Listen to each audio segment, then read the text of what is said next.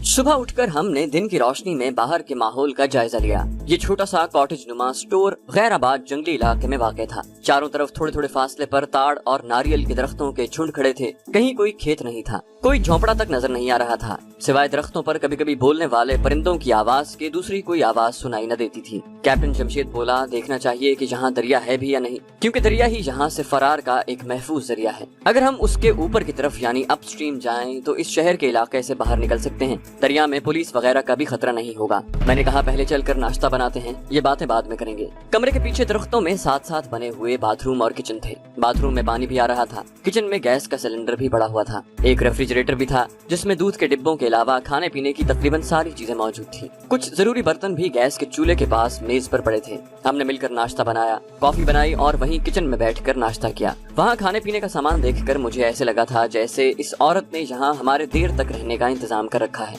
माधवी ने जाते वक्त हमें ताकीद की थी कि हम बिला जरूरत मकान से बाहर न निकलें और अगर निकलना जरूरी भी हो तो मकान के करीब करीब ही रहें। हमें कहाँ जाना था। नाश्ता करने के बाद कॉटेज के अकब में ऊंची झाड़ियों की ओट में लोहे की कुर्सियां डालकर बैठ गए और वहाँ से फरार के मंसूबों पर गौर करने लगे। दोपहर को हमने किचन में अंडे वगैरह बनाकर खाना खाया। उसके बाद हम कमरे में ही पड़े रहे। तीसरे पहर चाय बनाकर पी और 5-10 मिनट कॉटेज के पीछे दरख्तों में टहलते और बातें करते रहे। अभी सूरज गुरूब नहीं हुआ था कि माधवी एम्बुलेंस लेकर आ गई। उस वक्त हम कमरे के अंदर ही बैठे हुए थे। माधवी ने आते ही पहले ये बात पूछी कि तुम लोग कॉटेज से बाहर तो नहीं निकले। मैंने कहा, 1 घंटा पहले थोड़ी देर दरख्तों में जरूर टहलते रहे थे।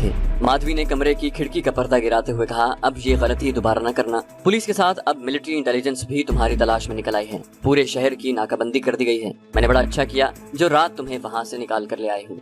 मेरी एम्बुलेंस की पुलिस ने 3 जगहों पर तलाशी ली है। मैंने माधवी से पूछा, फिर अब तुमने क्या सोचा है? माधवी ने सिगरेट सुलगाकर कहा, वो कैप्टन जमशेद के पास ही लोहे की कुर्सी पर बैठी थी। कहने लगी, मैंने तो यही सोचा है कि तुम दरिया के जरिए यहाँ से निकाल दूं, मगर मालूम हुआ है कि दरिया भी महफूज नहीं रहा। कोस्ट गार्ड की कश्तियाँ दरिया में भी गश्त लगाती फिरती हैं। कैप्टन जमशेद बोला, लेकिन इन हालात में ये जगह भी महफूज नहीं है। माधवी ने कहा, इससे बेहतर दूसरी कोई जगह मेरी नजरों में नहीं है। तुम्हें सिर्फ इतनी एहतियात करनी होगी कि दिन के वक्त कमरे से बाहर न निकलो, रात को भी चौकस होकर बाहर निकलना। खुफिया पुलिस के आदमी किसी भी भेस में यहाँ नमूदार हो सकते हैं। मैंने कैप्टन जमशेद की बात को दोहराते हुए कहा, मैडम मेरी राय है कि हमें यहाँ से जितनी जल्दी हो सके निकल जाना चाहिए। माधवी ने कहा, तुम्हें कम से कम 2 दिन तो यहाँ जरूर रुकना पड़ेगा। इस दौरान मुझे यकीन है कि मैं कोई ना कोई रास्ता जरूर निकाल लूंगी। थोड़ी देर बैठने के बाद माधवी एम्बुलेंस लेकर चली गई। उसके जाने के बाद कैप्टन जमशेद कहने लगा, भाई इस औरत के बारे में हमने गलत सोचा था। मुझे तो लगता है कि ये नेक नियत औरत है और वाकई यहाँ से फरार होने में हमारी मदद करना चाहती है। मैं भी अब इसी लाइन पर सोचने लगा था। माधवी की गुफ्तगू से जाहिर होता था कि उसे सबसे ज्यादा जो फिक्र है वो यही है कि हमें किस तरह वहाँ से निकाल कर हैदराबाद की तरफ रवाना कर दिया जाए। रात को हमने माधवी की हिदायत के मुताबिक किसी कमरे की बत्ती रोशन न की। जिस कमरे में हम सोते थे उसमें एक मोमबत्ती रोशन करके जमीन पर कोने में लगा दी थी। खाना भी हमने मोमबत्ती की रोशनी में ही पकाकर किचन में बैठकर खाया और फिर कमरे में आकर बिस्तरों पर बैठकर बातें करने लगे। कॉटेज के सामने वाले दरवाजे पर माधवी ताला डाल गई थी। अगर उस तरफ से कोई आदमी आकर देखे तो उसे यही लगता कि कॉटेज खाली पड़ा है और यहाँ कोई नहीं रहता। रात को अगर हमें बाहर जाने की जरूरत पड़ती तो हम कमरे की अकबी खिड़की में से बाहर जाते और उसी खिड़की से अंदर आ जाते। हमें इस वीरान कॉटेज में ये दूसरी रात थी। हम काफी देर तक बातें करते रहे। जब रात गहरी हो गई और हमें भी नींद आने लगी तो मोमबत्ती बुझाकर हम अपने अपने बिस्तरों पर लेट गए। कमरे में पंखा चल रहा था जिसकी वजह से मच्छर भी नहीं काटते थे और कमरे में गर्मी और हब्स भी महसूस नहीं होता था। मेरा ज़हन हर किस्म के ख्यालात की आमाज का बना हुआ था। मुझे कैप्टन जमशेद को वहाँ से निकालकर इंडिया का बॉर्डर क्रॉस कराकर पाकिस्तान में दाखिल करना था और खुद वापस कश्मीर के महाज पर भी जाना था। वहाँ से इंडिया का बॉर्डर बहुत दूर था। रास्ते में किसी भी जगह पुलिस और खुफिया पुलिस जरा सा शुबा होने पर हमें दबोच सकती थी। मैं इन्हीं ख्यालात में उलझा हुआ था। मेरी नींद गायब थी। मुझे कैप्टन जमशेद के हल्के हल्के खर्राटों की आवाज आई तो मुझे खुशी हुई कि पाकिस्तान का ये गाजी मुजाहिद आराम की नींद सो रहा है। भारतीय फिरौनों ने न जाने कितनी रातें इसे टॉर्चर करके जगाए रखा था। बाहर की फजा पर गहरी खामोशी तारी थी। मैंने भी आंखें बंद कर ली और सोने की कोशिश करने लगा। मुझ पर अभी हल्की हल्की गुनूद की तारी होने लगी थी कि एक आवाज ने मुझे चौंका दिया। ये किसी आदमी की आवाज थी जो कुछ फासले पर किसी से बातें कर रहा था। फिर 2-3 आदमियों के बोलने की आवाजें आईं।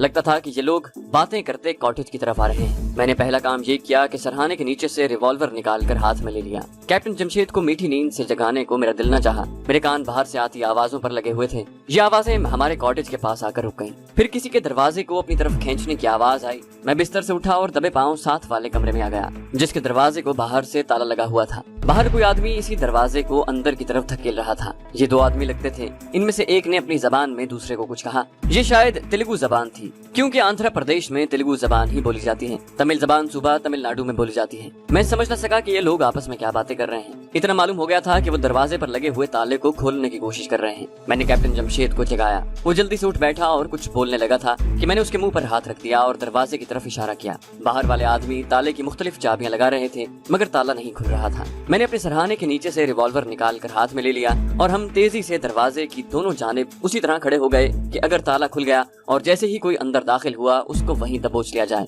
बाहर खामोशी छा गई। दोनों ने आपस में कुछ बात की और फिर उनके कदमों के वापस जाने की कुछ आवाज आई। वो वापस चले गए थे। जब कदमों की आवाज दूर चली गई तो कैप्टन जमशेद ने आहिस्ता से कहा, ये खुफिया पुलिस के आदमी ही हो सकते हैं। इसका मतलब है कि इन्हें हमारे ठिकाने का इल्म हो गया है। मैंने कहा, कुछ नहीं कहा जा सकता। हो सकता है ये कोई चोर डाकू और घर को खाली देखकर चोरी करने आए हों। कैप्टन ने कहा, चोर होते तो ताला तोड़ देते। ये चोर नहीं थे, यकीनन खुफिया पुलिस के आदमी थे। मैंने कहा, खुफिया पुलिस वाले भी ताला तोड़ सकते थे, ये वापस क्यों चले गए हैं? कैप्टन जमशेद बोला, भाई जी ये जगह हमें बदल देनी चाहिए। कोई पता नहीं यहाँ पुलिस कब छापा मारने आ जाए। कैप्टन का ख्याल दुरुस्त था। मैं भी यही सोच रहा था। मैंने उसे कहा, यहाँ से उसी वक्त बाहर निकल कर दरख्तों में छुप जाते हैं, यहाँ खतरा है। हम इस वक्त कमरे की खिड़की में से दूसरी तरफ निकल गए। अंधेरी रात थी। हम दरख्तों में ऐसी जगह छुप कर बैठ गए जहाँ से अगर कोई आदमी मकान के दरवाजे की तरफ जाता तो हमें नजर आ सकता था। मेरे पास रिवॉल्वर था। कैप्टन जमशेद किचन में से एक आम चाकू ले आया था। दरख्तों के नीचे हमें मच्छरों ने तंग करना शुरू कर दिया था, मगर हम वहीं बैठे रहे और मच्छरों को भी मारते रहे। जब हमें वहाँ बैठे काफी वक्त गुजर गया और कॉटेज की तरफ कोई न आया तो जमशेद ने कहा, मेरा ख्याल है कि वो लोग अब नहीं आएंगे, हमें कमरे में चले जाना चाहिए। मैंने भी सोचा कि अगर ये खुफिया पुलिस के आदमी होते तो अब तक पुलिस को बता चुके होते और पुलिस वहाँ पहुँच जाती। ये कोई चोर उचक्के थे। मकान का ताला न खुल सका तो इन्होंने चोरी करने का इरादा बदल लिया और चले गए। मैंने कैप्टन जमशेद से कहा, मेरा ख्याल है कि हमें कुछ देर और बैठे रहना चाहिए। कैप्टन जमशेद ने कोई एतराज न किया और हम दरख्तों की ओट में खामोशी से बैठे रहे। इतने में हमें कुछ फासले पर इंसानों के साए मकान की तरफ बढ़ते नजर आए। मैंने कैप्टन जमशेद को वो इंसानी साए दिखाए। वो भी गौर करने लगा। ये 3 इंसान थे जो झुककर बड़ी एहतियात से कदम उठाते मकान की तरफ आ रहे थे। इनका और हमारा फासला 20-25 कदमों का होगा। 3 आदमी दरवाजे के पास आकर खड़े हो गए। साथ ही ऐसी आवाजें आने लगी जैसे वो हथौड़ी से ताला तोड़ रहे हैं। ताला टूट गया तो 2 आदमी अंदर दाखिल हो गए और एक आदमी बाहर ही खड़ा रहा। कैप्टन जमशेद आहिस्ता से बोला, मुझे तो ये चोर लगते हैं। मैंने इन लोगों को अंधेरे में बड़े गौर से देखने की कोशिश की थी। मुझे इनकी पुलिस की वर्दी नजर नहीं आई थी और इनमें से किसी के पास बंदूक या राइफल भी नहीं थी। मैंने जमशेद को मशवरा दिया कि हमें इन लोगों के बाहर निकलने का इंतजार करना चाहिए। अगर तो ये कुछ सामान वगैरह लेकर बाहर आए तो इनका चोर होना साबित हो जाएगा। बाहर जो आदमी पहरे पर खड़ा था उसके पास भी अंधेरे में कोई बंदूक वगैरह दिखाई नहीं दे रही थी। बंदूक या राइफल होती तो अंधेरे में भी उसका धुंधला सा खाका नजर आ सकता था। 10-15 मिनट के बाद जो आदमी अंदर गए थे वो भी बाहर आ गए। उन्होंने एक एक गठरी उठा रखी थी। बाहर आते ही तीनों आदमी दौड़ पड़े और देखते देखते रात के अंधेरे में हमारी नजरों से ओझल हो गए। हम भी उठे और तेज तेज चलते मकान में दाखिल हो गए। मैंने माचिस जला कर देखा। पहले कमरे में पहले भी कुछ नहीं था। लकड़ी के खाली खोखे वगैरह थे जो वैसे के वैसे फर्श पर इधर उधर पड़े थे। हम दूसरे कमरे में आ गए। मैंने जहाँ मोमबत्ती रोशन करके देखा तो दोनों पलंगों के बिस्तर गायब थे। वहाँ बिस्तरों के सिवा और कुछ नहीं था। हम किचन में गए। वहाँ मोमबत्ती जलाकर देखा। किचन का तकरीबन सारा सामान गायब था। सिर्फ मिट्टी की एक हांडी, एक सुराही, एक पुरानी केतली और एक गिलास ही बाकी रह गया था। मैंने कैप्टन जमशेद से कहा, खुदा का शुक्र है कि ये चोर निकले, खुफिया पुलिस के आदमी नहीं थे। हमने इत्मीनान का सांस लिया और लोहे के बगैर बिस्तर के पलंगों पर ही लेट गए। पंखा उसी तरह चल रहा था। इन चोरों ने छत का पंखा नहीं उतारा था। उसके बाद हम सो गए। सुबह उठकर दरवाजे को देखा, ताला जमीन पर टूटा हुआ पड़ा था। थोड़ी देर बाद मैडम माधवी आ गई। उसे सूरत हाल का इल्म हुआ तो वो सोच में पड़ गई। कहने लगी, यहाँ कभी कोई चोर नहीं आया। इन चोरों का आना खतरनाक साबित हो सकता है। आप लोगों को अब यहाँ नहीं रहना चाहिए। मैंने माधवी से कहा, मैडम हमारा वैसे भी इस शहर में ज्यादा देर रहना ठीक नहीं है। तुम किसी तरह हमें इस शहर से बाहर निकलने की कोई महफूज तरकीब बता दो, फिर तुम्हें भी इस परेशानी से निजात मिल जाएगी। माधवी कहने लगी, मैं खुद भी यही चाहती हूँ, लेकिन हालात अभी नॉर्मल नहीं हुए। तमिलनाडु की पुलिस भी यहाँ पहुँच गई है। इनमें इंटेलिजेंस के आदमी भी हैं। कैप्टन जमशेद बोला, इन हालात में तो हमारा इस शहर में ठहरना और भी खतरनाक है। क्या दरिया के अलावा कोई ऐसा रास्ता नहीं जो जंगल और पहाड़ों में से होता हुआ दूसरे शहर की तरफ निकल गया हो? माधवी कुछ देर गौर कर रही थी। कहने लगी, आप लोग आज का दिन जहाँ गुजारे, मैं आज ऑफिस नहीं जाऊंगी और कोई दूसरा रास्ता तलाश करूंगी, मगर तुम लोग इस मकान में नहीं रहोगे। पीछे दरख्तों के जखीरों में किसी जगह छुप कर दिन गुजारोगे। मैं शाम का अंधेरा होते ही वापस आ जाऊंगी। मुझे यकीन है कि कोई न कोई रास्ता ढूंढ लूंगी। माधवी थैले में हमारे लिए खाने के लिए चावल वगैरह लाई थी। वो एम्बुलेंस में बैठकर वापस चली गई। हमने किचन में बैठकर थोड़े बहुत चावल खाए, सुराही में से पानी पिया और किचन से निकलकर पीछे कुछ फासले पर इमली और सुंबल के घने दरख्तों का जो जखीरा था वहाँ झाड़ियों में थोड़ी सी जगह बनाकर बैठ गए। हमें वहाँ सारा दिन बैठना था। वक्त बड़ी सुस्त रफ्तारी से गुजर रहा था। आसमान पर बादल छाने लगे थे। किसी वक्त धूप भी निकल आती थी। किसी न किसी तरह हमने सारा दिन घने दरख्तों में बैठकर, कभी लेटकर और कभी इधर उधर टहल कर गुजार दिया। जब सूरज गुरूब हो गया और शाम के साए आहिस्ता आहिस्ता उतरने लगे तो हम पिछली तरफ से होकर सबसे पहले किचन में आ गए। वहाँ हांडी में हमने कुछ चावल बचा कर रखे हुए थे। थोड़े से चावल खाए और किचन में ही बैठकर माधवी का इंतजार करने लगे। जब शाम का मिलगजी अंधेरा रात के सुरमई सायों में ढल गया तो दूर से वैगन की आवाज सुनाई दी। माधवी उसी एम्बुलेंस में आई थी। एम्बुलेंस की छत वाली सुर्ख और जर्द रोशनियां बुझी हुई थी। उसका सायरन भी खामोश था। हेडलाइट्स रोशन थी। एम्बुलेंस मकान की एक जानिब खड़ी हुई तो उसकी हेडलाइट्स भी बुझ गईं। माधवी वैगन की फ्रंट से उतरकर मकान के दरवाजे की तरफ बढ़ी तो हम भी किचन से निकलकर उसके सामने आ गए। माधवी कहने लगी, अंदर आ जाओ। हम दूसरे कमरे में आकर बैठ गए। माधवी के हाथ में चमड़े का थैला था। उसने थैले में से चाय से भरी थर्मस निकाली और थर्मस के प्याला नुमा ढक्कन में डालकर सबसे पहले कैप्टन जमशेद को दिया। फिर बोली, चाय पीने के बाद आप लोग मेरे साथ जाएंगे। मैंने एक और जगह का इंतजाम कर लिया है। दिन के वक्त तो यहाँ कोई नहीं आया। मैंने कहा, कोई नहीं आया, वो लोग चोर ही थे, बिस्तर और बर्तन उठाकर ले गए हैं। माधवी ने कहा, हाँ, अगर पुलिस के आदमी होते तो अब तक यहाँ छापा पड़ चुका होता। हमने बारी बारी गर्म चाय पी। फिर एम्बुलेंस में उसी तरह स्ट्रेचरों पर लेट गए। माधवी ने हमें नकली ड्रिप लगा दिए। एम्बुलेंस वहाँ से चल पड़ी। एक बार फिर वो मुख्तलिफ सड़कों पर से गुजर रही थी। एम्बुलेंस आध घंटे तक चलती रही। उसके बाद एक तरफ को घूम कर रुक गई। माधवी ने आकर दरवाजा खोला। हमने ड्रिप उतार दिए थे। वो कहने लगी, आ जाओ। ये जगह एक ऐसा जंगल था जहाँ करीब ही दरिया बह रहा था।